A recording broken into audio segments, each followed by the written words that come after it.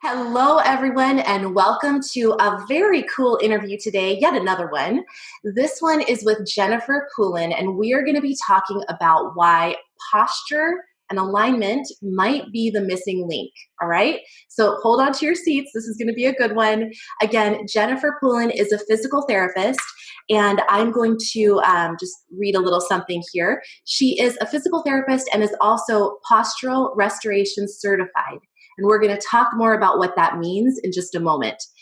She has a mission of education, which I absolutely love.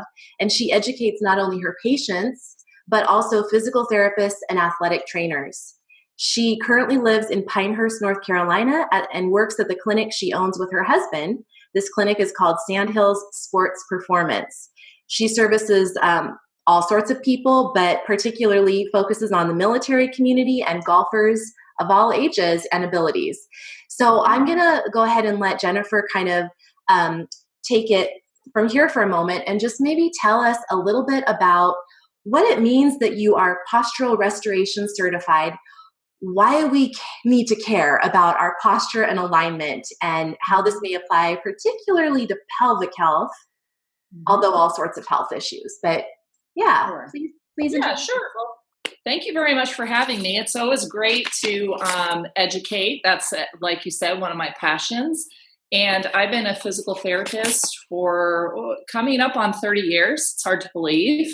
And I'm really thrilled to be a physical therapist. But in my early career, I felt like I was well prepared to problem solve, but my patients weren't really getting better.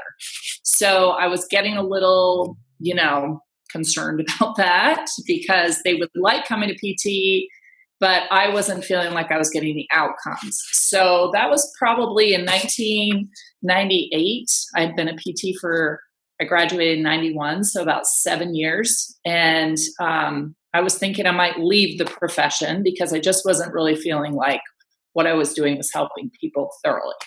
So I met a gentleman in 1998 named Ron Huresca. And at that time, Ron had some really great ideas about system integration and connecting the dots of the human body like I had not heard before. And so it kind of, listening to Ron really reinvigorated my passion for helping people. And he developed the institute, the Postural Restoration Institute, in the following years after I had met him. And so I just kind of grabbed hold of his coattails and jumped on. And it's been an amazing journey of understanding how the human body is a system. And in PT school, we learn primarily about the musculoskeletal system and the nervous system and how they integrate.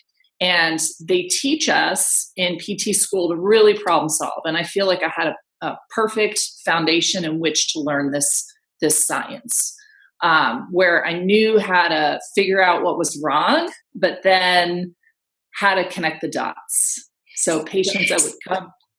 Yeah, so really the Postural Restoration Institute and the philosophy there is connecting the dots. Is that what you're saying, in a way that maybe you didn't learn in PT school? Correct. I mean, when I say connecting the dots, is looking at systems of the human body. And I'm going to go over a couple of the, foundational theories and science of PRI that I learned and I implement into my daily practice and my education. Cool. So postural restoration, the main theory is recognizing human asymmetry. And so one of the things that you had emailed me, Brianne, was about what are the differences with what we learned in PT school and what I've learned from the Postural Restoration Institute. Mm-hmm. Yeah. And I learned about shoulders and hips and backs and necks, but not really appreciating the right and the left. And I think most of us understand the brain is very asymmetrical. So even the lay person, I think, understands that you've got certain things going on in the left brain that are controlling systems differently than the right brain controls. For example, it's very hard for me to speak without gesturing because I'm very left brain dominant, which the left brain controls the right side of your body, and the right brain controls the left side of your body. And your left brain has more centers for speech and language and communication, which makes the majority of us right hand dominant. So handedness is very common to be right handed. Not everybody is, but the majority of us are.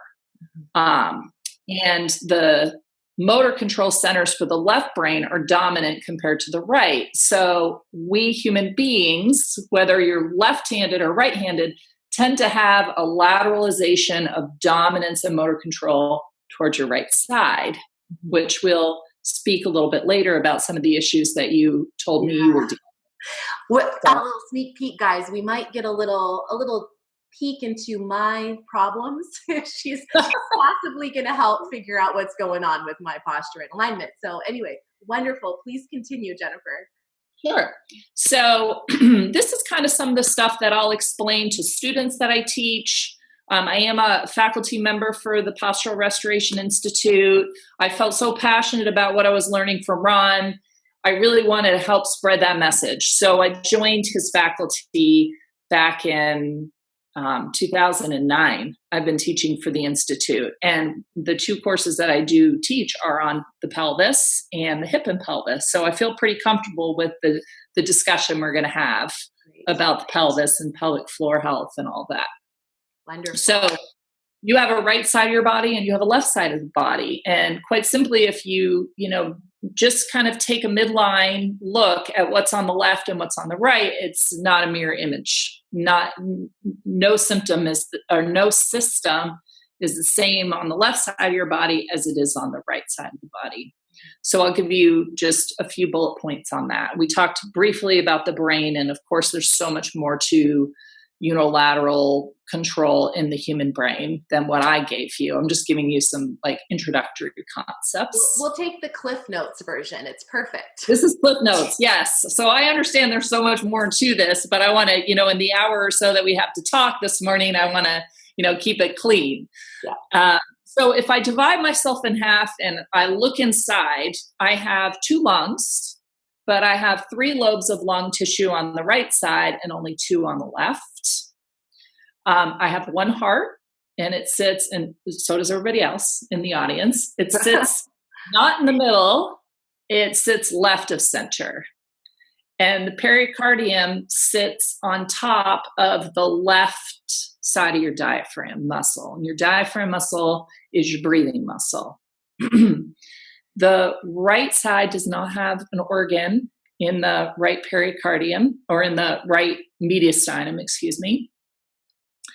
And the diaphragm muscle and the respiratory system is really the root of postural restoration. Mm-hmm. Your diaphragm muscle is very asymmetrical. In fact, most artists that draw, medical illustrators that draw the muscles, draw them symmetrically, left to right. Mm-hmm. But the diaphragm is never drawn symmetrically because it's not. The left diaphragm is much smaller than the right diaphragm. It has a smaller central tendon than the right one does. And this muscle attaches to itself, but it really can work unilaterally. Your right diaphragm has a liver underneath it. And the left diaphragm has a spleen that weighs about 12 ounces. Your liver organ weighs about 2 to 3 pounds. So we have an axis for movement. As we move, we don't move on that plumb line that we learned about in PT school. A lot of us stood in front of a grid and recognized, shoulder heights and maybe shapes of heads and spines and alignment.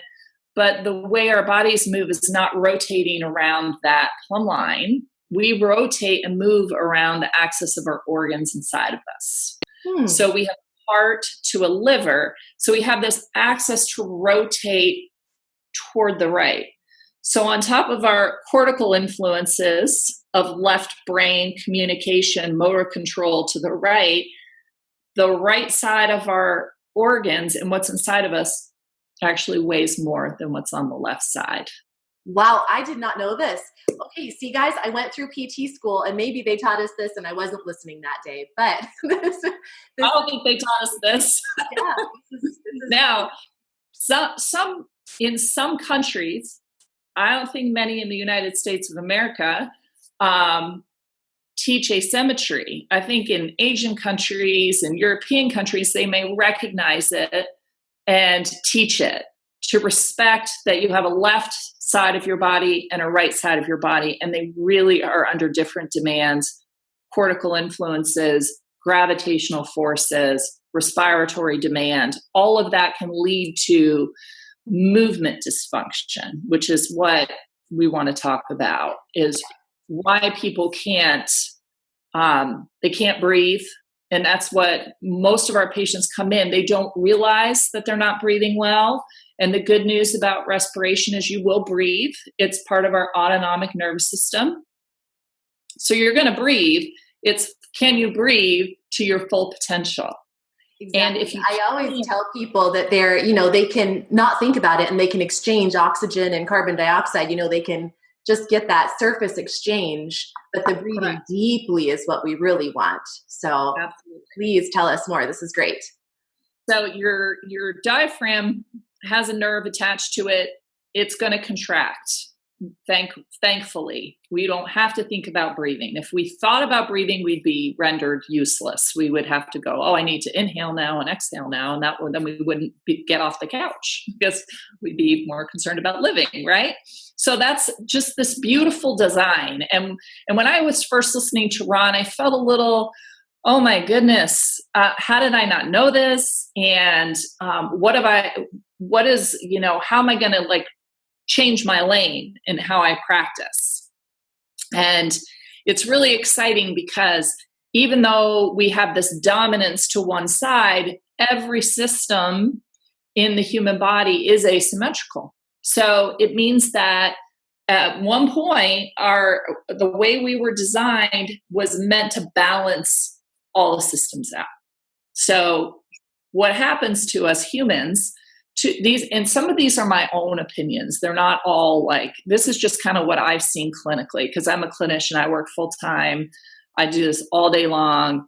And one of the things I recognize is we live on Mother Earth, and we have a gravitational pull that we don't even know about. Some of us appreciate it more than others, especially if you're weak or you're in pain. You almost feel gravity's forces pulling you to the ground. And the muscles that help hold us up, they're really inside of us. The muscles that are postural control, you can't touch them. You can't touch your diaphragm. You can't touch your psoas. You can't really touch the iliacus. I mean, some women or some therapists do women's health, and they can get inside, right, and do internal work. Mm-hmm. But you can never touch the diaphragm and the psoas muscle. And those are really the muscles that are very posturally oriented. And when those muscles become weak or out of balance, then you have a back, and you have a neck, and you have quads that will hold you up. Mm. And some patients, and I'm sure you see this in your clinical practice, is they start holding themselves up by just holding themselves up on joints and some tissues.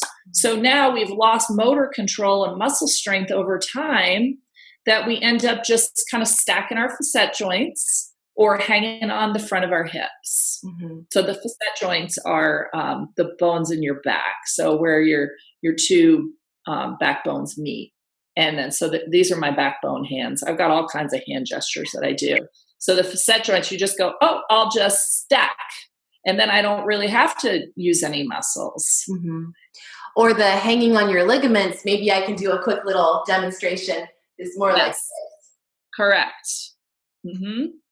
So then you're really using muscle. Muscles then become, and this is another concept that I kind of knew, but was applied more in a neurologic case. So in physical therapy school, the way I learned was it was really nicely laid out for us in PT school, where we learned orthopedic management, and then we followed that up with neurologic rehab. Back when I went to PT school, I was in a 4-year program out of high school. So I was blessed that I could go into what I want. I knew what I wanted to do, and I could start pretty early in life doing what I want to do. But by the time we got to neuro, it was about if the patient that you were treating had a stroke or, a congenital disorder like CP, spinal cord injury. We didn't apply those neuro concepts to the orthopedic patient. And that is what I do all day long is I go, you have a brain that is controlling your body, and you've developed muscle imbalances or patterns that are now ingrained up here. You don't think about how you move anymore. And now you have one muscle, maybe your psoas on one side is not only causing that sway back type of posture, but it's also a little dominant on one side versus the other. So now it's creating like a rotational turning, and that's called scoliosis. So now I'm just talking. I hope I'm like my thoughts. Great. I was actually thinking to make this really apply to people and to make everything be really understandable. I wonder if you tell me what would be better. Either I give you some of my laundry list of issues and we kind of work through this, or if maybe you tell me how people could apply these general concepts of alignment and tuning into their body to their basic exercise program when they're watching a fitness video on YouTube. Which one of those would be most helpful or easiest for you to kind of explain more about this? So I've kind of like laid out this asymmetry, like the frame, the theory. Respiration is key. Your diaphragm, if I just talk briefly about what it should do. Mm-hmm. So this is my diaphragm hand, or hands. So when you breathe in, your diaphragm should flatten and move down. And so we have organs underneath that diaphragm that I had talked about that help it. So when you breathe in, it goes down, and when you exhale, it goes up. I think what people don't do when they exercise is appreciate that respiration piece. Yeah. And so the core of the core is your diaphragm. So really trying to integrate good breath control with abdominal control. So some people will brace their abdomens, and we've just, I've been doing this for a long time, and we just started asking our patients, show me how you engage your abs. And most people don't know how to do it. You've probably seen this. Mm-hmm. Like they'll just pull their bellies in, and they don't have any pelvic movement associated with that. And they certainly don't have any rib cage movement, because people don't think about their rib cage as being a supple moving part of our anatomy.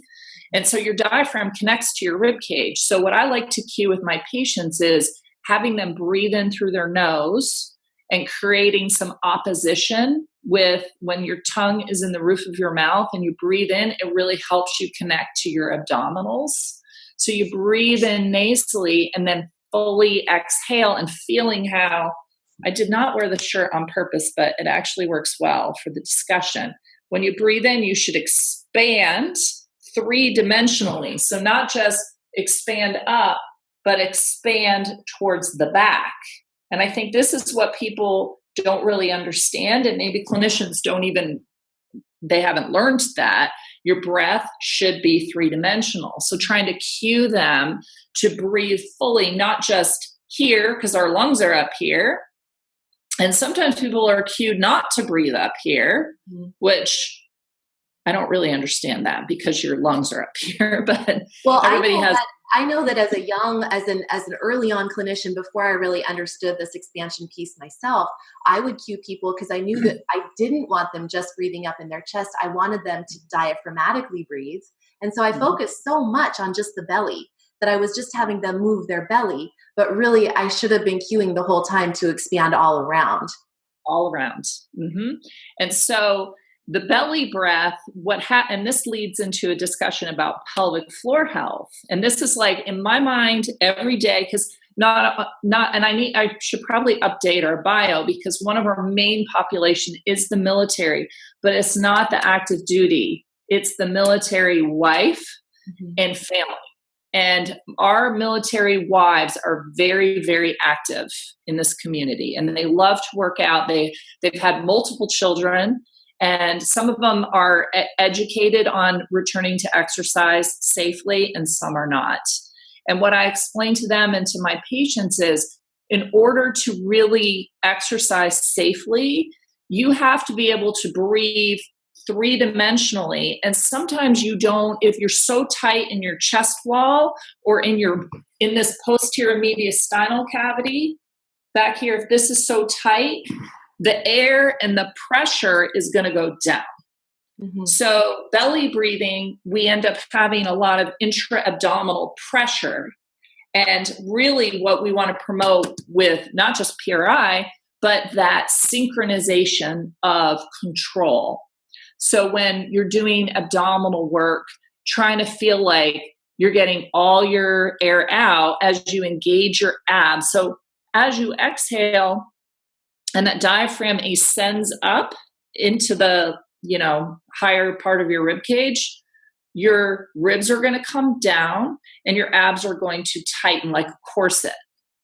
And when you inhale, you want them to expand. So it's like in our world, Brianne, it's Brianne, right?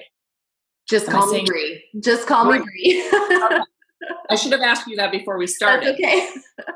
You have an eccentric kind of lengthening control. You don't want your abdominal muscles to drop off on exhale, and definitely not on inhale, because your abs, and this is kind of answering your question about exercise, making sure that whatever you're doing, your abdominals are continually active during the respiration. So if people like to squat and lift, I use this little mantra, and until you know more or you get stronger, exhalation is really the key.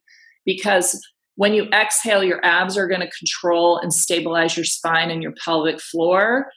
When you inhale, both of these, so I like to consider this is my pelvic floor hand and my diaphragm hand. I like to consider the pelvic floor as a diaphragm as well. And when I speak and teach the pelvis course, I don't really call it a floor, because it's so much more than just the floor of us. It's going to accept that air, gas, and pressure when we inhale, and it's going to descend. The problem is some people have really weak pelvic floors because not that they're tight and ascended, they're weak because they've descended because of maybe that posture that you were demonstrating earlier, that pelvis tilts forward and all that air, gas, and pressure is going to move down. See? So if the pelvis is tilted forward, all the pressure is going down. So I'll cue that pelvic tilt or neutral pelvis with respiration when they're squatting or doing upper body weight, or if they like to do Pilates. That's how I'll kind of integrate respiration into fitness. Because if you're not paying attention to respiration when you're working out, there's a high likelihood you're putting a lot of pressure on your pelvic floor, or maybe even your back, or you start pulling in a neck. Yeah. This is so great. I talk about breathing all the time on my channel. So if you are watching this still and you know about me and you know FemFusion, you have heard me say exhale with exertion 1,000,000,000 times, right? Talking to the viewers right now. We talk about exhale with exertion. We talk about that interaction, but you explained it really nicely. And I do want to just sort of ask some questions that I've actually had from viewers, and I think I've explained it well, but I'd like to hear your take on it. Sure. People will ask, first of all, exhale with exertion. Well, let me back up. My first thing is more just a statement. I just want to say that, so you engage, your core is engaged. The way I personally, when I work out, I focus more on the exhales, which is, I think, what you were saying, is I more focus on those exhales, and the inhales just come. Like, they just come. But then I focus more on the exhales when I'm doing, maybe a particular number of reps of a certain exercise. I'm more about the exhale. Is that in line with what you're saying for beginners, especially? Absolutely. Yeah. Because when in doubt, I always teach exhale, because exhalation is going to stabilize your spine, and your pelvic diaphragm is going to do its best to ascend on exhalation. Yeah. Perfect. What we teach is trying to control that inhalation. But I think for patients, or not patients, but just people who are exercising in your community, if they're tight through here and they go to inhale and they can't fully expand through their upper chest wall or even the back, they're going to put pressure down. So really focusing on what you said, let inhale, not be passive, but not forced. Mm-hmm. Because if you're tight through here and you're trying to control and force the inhalation, here goes the neck. And that's the last thing we want for our patients is like necks are supposed to turn heads. And I'm sitting my posture's not great because I'm sitting on my couch because of the lighting. So I probably am sitting here with this really forward head posture. But what you don't want is to have your neck become a respiratory muscle at rest, because we are going to use our neck some to assist in respiration. But we'll see a common pattern where, because of that asymmetry that we talked about earlier, we've got muscle groups on one side that become really dominant because of the chest wall position, and we'll recruit a neck to help us breathe. So I think your advice is really good for lay people who aren't maybe under the care of a clinician that's helping them kind of sort out the nitty-gritty of what's going on, particularly with their bodies. And we can talk, as we transition, we can talk a little bit about what might be going on with you as well. Yeah, perfect. I mean, I have had lots of people write in and say, my neck hurts when I'm doing ab exercises lying on the floor. It's most likely because they're straining and pulling because of the breathing that you're talking about. Is that true? Yes, I think, for as long as I've been doing this, I feel like it comes down to the rib cage. Yeah. And that is a part I don't even remember learning about it in PT school, to be honest with you. I know with breathing, there's so much more than what we learned in school. I mean, it was like smell the roses and blow out the candles when it came to diaphragmatic breathing. But your ribs are so dynamic and they should move when you walk. So when you walk, they should rotate. When you turn, they should rotate. And I think if they get tight because of either disuse or patterns that people do, the demands they put on their body, they'll use a neck because you're going to breathe. And especially if you're athletic and you like to exercise, I think your advice about fully exhaling, you get, one of the principles in treatment is get all your air out. So really get the air out, because that's going to help the diaphragm get into its optimal position of, we call it the zone of apposition. The diaphragm's ready to go. And so the more your clients focus on that exhale and then start thinking about controlling the inhale, they may just start to expand into areas of their lung tissue and rib cage that they hadn't accessed before, and it will calm down that pull of the neck. That's probably what these people are experiencing without, looking at it. Yeah, I love it. So before, I'd like to, if you're up for it, I'd like to transition into some basics with my issues. Sure. But I'd also like to just say, so to kind of give people an idea of things they could work on their own, would it be appropriate to say perhaps they could work on throughout the day that 360-degree breathing where they're really expanding everywhere multiple times throughout the day? Is that a good idea? Yes, I think a lot, there's a yoga position called the cat-cow. Yeah. So, and I watched a couple of your videos in preparation, but I didn't go through the whole history and watch. And this is a common yoga pose, and I use it all the time, but my emphasis is on the cat part. Yeah. So in an all four position, so you're on your hands and knees, you round out your back and you reach your arms forward.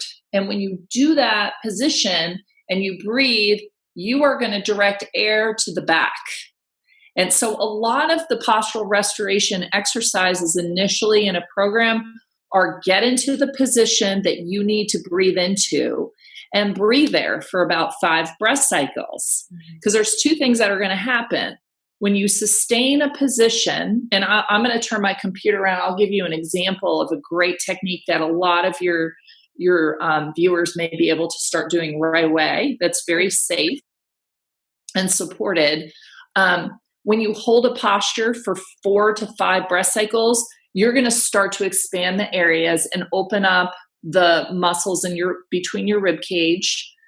And that not only that, you're going to start to create a new motor plan in your brain. So it takes 4 or 5 breath cycles or up to 30 seconds to a minute for your brain to go, oh, I know how to do, oh, you want me to do that. I feel that. Mm-hmm. So people need to feel their bodies and feel it while they're doing it. Because some people who are listening may go, I never feel my abs, or all I feel is my neck, or I can't shut my hip flexors off, or all I feel is my quads, or when I try and strengthen my hamstrings, all I feel are my calves. So you almost have to train the muscle that you want and detrain and inhibit the muscle that you don't want.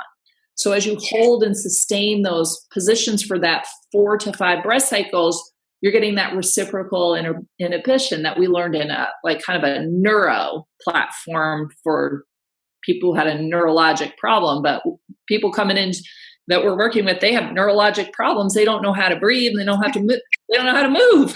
That's why they're with us, right? Those are big neurological problems. So breathing into your back lungs in a position where you are really expanding that area. Can you show us the trick that people might be able to start right away? So I'm going to show you a standing technique here. Let me see if I can set up my computer. Let's try it like this. Sorry if this is. Well, that's okay. Here we go. Okay. Yeah. So right now I'm going to show you without the wall. So I'm going to stand in a moment. I'm going to have my low back on a wall. Okay. Tilt my pelvis backwards. So this is a forward tilt. This is a backwards tilt. So it's the top part that's going back. So the top of your pelvis. So you're tucking your bum under. Yes.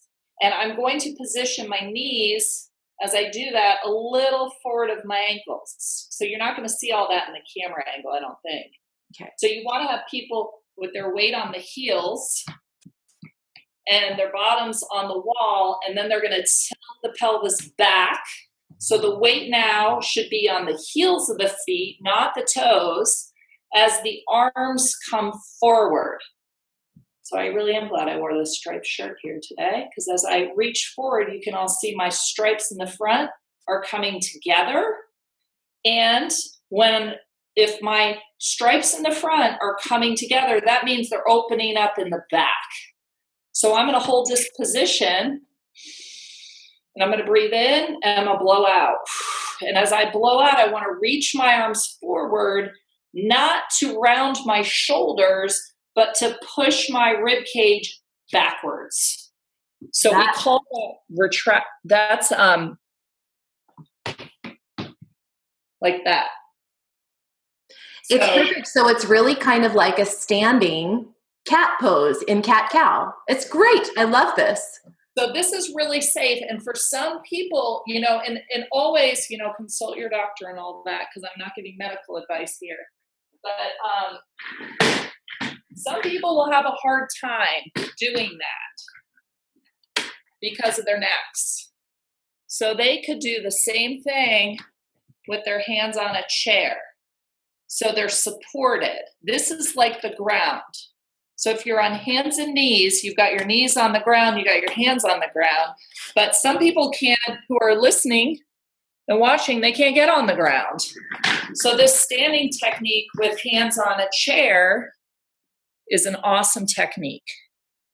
And now, when my hands are on the chair, it's going to help me inhibit my neck. So I breathe in, and when I blow out, I gently press my hands into the chair, which helps me activate my abdominals with that exhale move. But more importantly, I'm going to stay in this position when I inhale, and then my abs are going to do that nice control. So now my abs are lengthening as I inhale to expand that air into my back. beautiful inhibition technique to teach necks to relax and abs to learn how to control and expand all those dimensions into the thorax. I love this. So to be really clear, you're keeping that position the entire time that you're doing those 5 breaths. But yes. Yeah, that's great. Oh, I'm so excited to try this regularly myself. I think that actually that will probably be a prescription. Yes, we totally know you're not giving medical advice, and thank you for that disclaimer. Anyone watching, of course, consult with your physical therapist or your doctor about anything relating to your needs. But I have a feeling that my issues would benefit from that breath pattern. Yes, I suspect, having just watched a couple things on your body, I put a couple of things down here that I suspect that you compensate with your neck a bit when you breathe. I'm sure I do. It's very, so I'm just looking at you, Bree, in the camera. Okay. Hello, everybody. She's looking at me. This is fun. I'm watching her. I have 2 teenage daughters, and they always tell me that I look too long. They're like, "You're staring." I'm like, "I'm not staring. I can't help it. It's just what I'm trained to do." So when I look at Bree's shoulders from this perspective, I'm of course over here and she's over there, but she has a little bit of a asymmetry to her shoulder girdle. So her left shoulder appears to be lower than her right shoulder. This is my right shoulder. Yes. So if everybody can see, I think that Zoom, this platform we're on, I think it only sees me when I'm talking. So this is my right shoulder, and she's seeing that that's higher. It looks higher, and it looks like it might be a little bit more forward of her left shoulder. Yes, It is. Yes, it is. Okay. So what has happened, this happens all the time with active people who have a normal asymmetry, and over time you've evolved. This did not happen overnight. Your diaphragm is going to, now I didn't talk about this earlier, but in order to address what's going on with you, I'm going to stand up again and try and get this camera on me so I can demonstrate with my own body what I think is going on up here. Perfect. Okay, so let me just move. And as you're moving the camera, maybe I'll just say a few of my other issues out loud to folks. I do tend to have pain on the back side of my right ribs, and I feel that I have a hard time doing that back of the lungs breathing that we just did on the right side. And I also have right hip flexor issues. So that's all. Okay, so that's all right. You know what? And don't feel bad, people out and who are listening to this. If you have left-sided symptoms, they can be a little bit more tricky than right-sided pain patterns. That's what we need. What Bree needs to do is learn how to get off of her right side. I said in my earlier comments that we are lateralized, moved to the outside towards the right, and so she's going to, after today, pay attention to some of her just movement patterns that are there. Maybe she's aware of them, maybe she's not.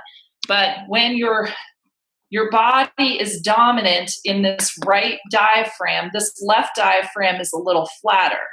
And so when the diaphragm is engaging, it flattens out. And so your diaphragm attaches to your psoas on the left side and on the right side. So you have these 2 chains. I'm just going to talk about 2 muscles to keep it simple. Diaphragm and psoas. So the psoas is the hip flexor for the lay people watching. And your psoas and your diaphragm attach to each other on the spine. And we tend to think of psoas muscles as hip flexors and spinal extenders, but they also rotate the spine. Okay. But there are PTs out there listening. Your psoas muscle attaches to this part of the spine, and when these 2 muscles engage, the left muscles turn your spine to the right. And you have to, and these muscles become overengaged. Now you've just created a rotation of your spine to the right, Well, you're not going to walk around with your ribs turned to the right. You're going to turn them back to the left. Mm-hmm. Now I've loaded right psoas, right QL, and these are the areas. QL is the back muscle. And if you look at the anatomy of those two muscles, they're like one's in the front and one's in the back. Mm-hmm. So like one's on, the other one's on. And these are like what we would call a polyarticular chain, meaning, we used to hear this little mantra, the ankle bone's connected to the knee bone, connected to it totally is. And it's muscle that's connecting those bones. So there's a rotation of the spine towards the right, mm-hmm. and a counter rotation of the thorax back to the left. So I'm going to stand up again and show you what it does to the rib cage and how it's feeding the neck. This is so great. Okay. Wow. Okay. And these are really basic concepts of PRI. So here I go. My pelvis here orients or turns, for the purpose of this discussion, to the right, and I'm going to exaggerate this. So here goes my diaphragm descends, my psoas turns on, and there's muscles down a chain here that also turn on, and I turn to the right. Now I've got to counterbalance back to the left. And at one point, my right shoulder or your right shoulder should have been lower than your left. Mm-hmm. Mm-hmm. Well, you got to breathe. And now these stripes are closer together. Those are ribs underneath those stripes. This side's opened up. Well, so I'm going to breathe really nicely with my right dominant ab wall, back muscle, diaphragm, all really supported here. I'm going to breathe really well into this left side if I stand in a right stance position a lot, which most of us do. Now I got to breathe. These are terrible camera angles. I'm really sorry about this. And then I'm going to start going, well, this lung is tight. I got to get some air up here. So I start pulling up with my neck, and now I've created a second twist, if you will. Mm-hmm. Now I've used my right neck to help me breathe, but when my right neck turns on, it pulls my ribs up on the right, and it turns my ribs down on the left, and that's what I'm visually seeing. Yes, that makes perfect sense. So, and that would make sense with my posterior rib pain on the right side and my difficulty feeling like I can breathe into the back. Yes. Mm-hmm. And so you had emailed me. I'm going to come back over here now. Sorry, I don't mean to make anyone dizzy. You had said that you were having issues taking a full breath, mm-hmm. full exertion of my entire diaphragm when breathing. Well, your diaphragm is trying to get air into a most likely twisted rib cage. Wow. So you can't get a full breath because you've got this system twist. So what does a person like me do? Because I bet you many people have very similar issues. Okay. Now this is where the advice comes in, where I can say globally, you've got this, by the look of you and by what you've told me ails you, we need to get you starting to think about the left side of your body a little differently. And if you're right-handed, I would say the first thing I would do is like find more activity with your left hand that you can do during a day. Okay. If you stand habitually on your right leg and notice that your pelvis and the seam of your clothing is turned to the right, well, what we do is we teach our patients, how are you going to orient that pelvis back to the center, and then learn how to get over to the left side.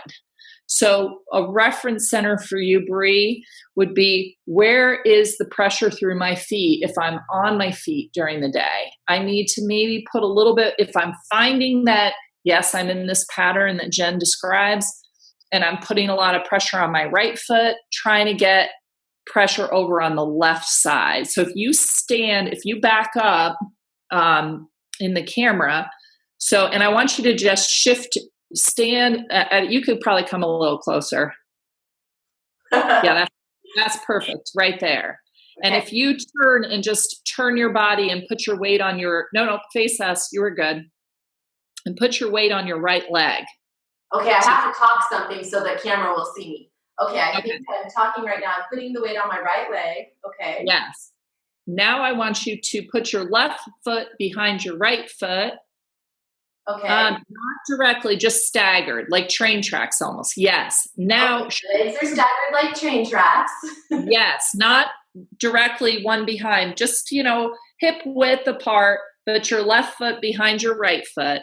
Okay. And then take the center of mass or take your body weight and shift it back over and there and find your left heel. Good. Can you feel? I'm gonna go ahead and say something right now so the camera will catch me. This feels like I'm going to tip over. That's how you feel, right? So bend your left knee a little bit. Okay. Little bit. And take your right side of your pelvis and bring it even more forward than your left.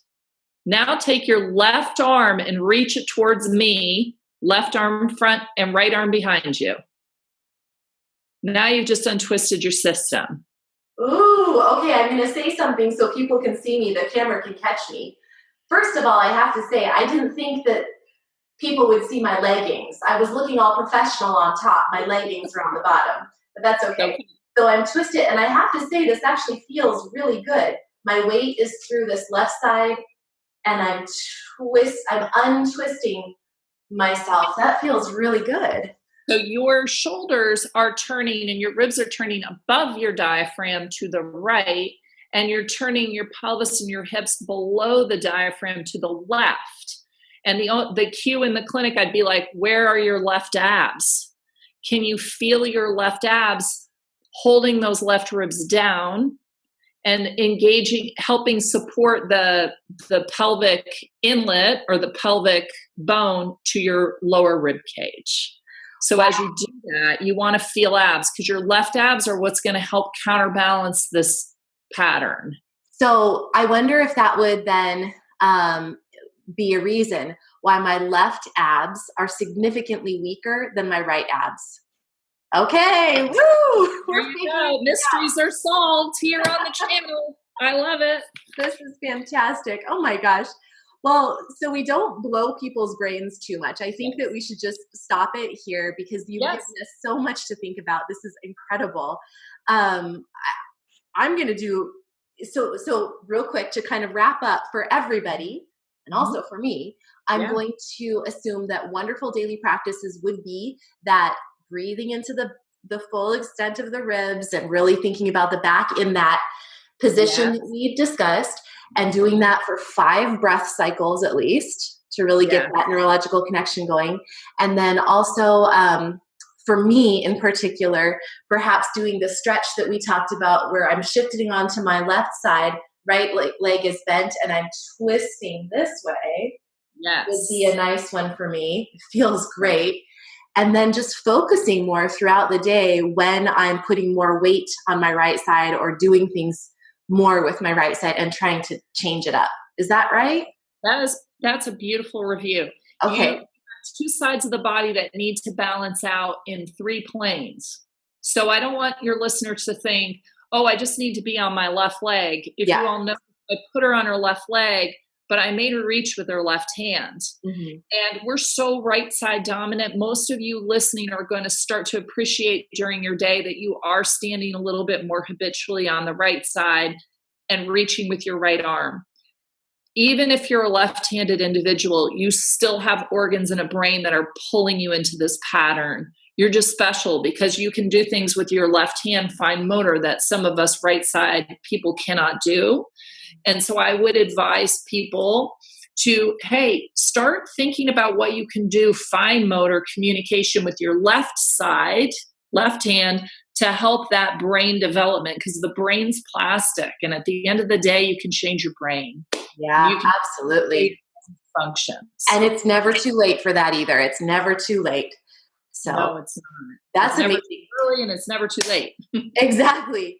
Yeah. Well, this has been so cool. And I'm wondering, how can people get in touch with you And how might they perhaps find someone maybe in their area? I'm not sure if you have a resource for people if they don't live in your state.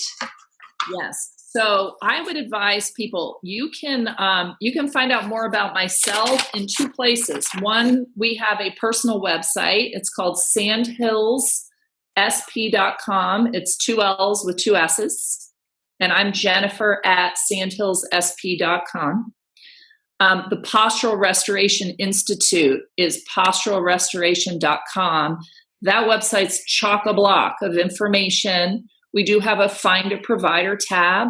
And the Postural Restoration Institute, they teed me up for this. I think, Bree, you saw me on a little video clip. And so you guys, if you go to the website, you'll see, I think, 2 videos of me talking about the basic concepts of PRI, and then the intro comments on the pelvis course. And these people are from Nebraska. This is in like the heartland of the United States of America. And people are really friendly in the US, but they're really friendly in Nebraska. So you can call them and the people will answer the phone and answer your questions. I send people to the Institute all the time because in my area, people will go, I have a family member in, Louisiana or Texas. Or what's cool about PRI, we're going global. So this is cool because you're in Germany and we're teaching courses in Germany now, and we're in Japan and we're in England. So it's really exploding, and it's really fun to be a part of. And I just love talking about it. So I'm really happy you gave me this opportunity to chat about PRI. That's amazing. Well, I will put the links to the website and to everything you just said. I'll actually write it in the video notes. So if you didn't catch it, folks who are watching, you can just look in the video description, video notes, and it will be there. Will the courses that are international, will they be spoken in the English language or in the native language? I think so. I think the only exception is in Japan. We have a faculty developing over in Japan, and they are speaking in their native language in Japan. Last summer, my colleague Mike Cantrell, he spoke in Germany, and I'm not sure if he had an interpreter at the course or not. But I know Ron Hureska, this is his science, and he's founded the Institute. He will be traveling and teaching in Germany this summer. And you can find out all that information about when the courses are on their website. It's a really interactive website and pretty easy to navigate. One last thing, for those of you that want to learn more about Ron, we have just launched a podcast. It's brand new. And I just listened to Ron and his son, RJ, who connected us together. RJ is the host, and he interviewed his dad. And it's about an hour long, and it talks about how do you figure all this out? And it would be a really great listen for those of you that want to learn more about where he came up with all this. That's fantastic. I will find that link and I'll put it in the video notes as well. So thank you so much. This has been so fun, and I hope it's been valuable for folks who've been watching. I'm sure it has. If nothing else, I think everyone could probably benefit from that breathing pattern that you described to us. So everybody's got to breathe. I love it. Okay, well, thank you again, Jen. I really appreciate it. And I will just say goodbye to everyone from here. As always, remember, eat clean, move every day, remember to breathe, and you will shine brighter. I'll see y'all next time. Bye. Thanks for having me.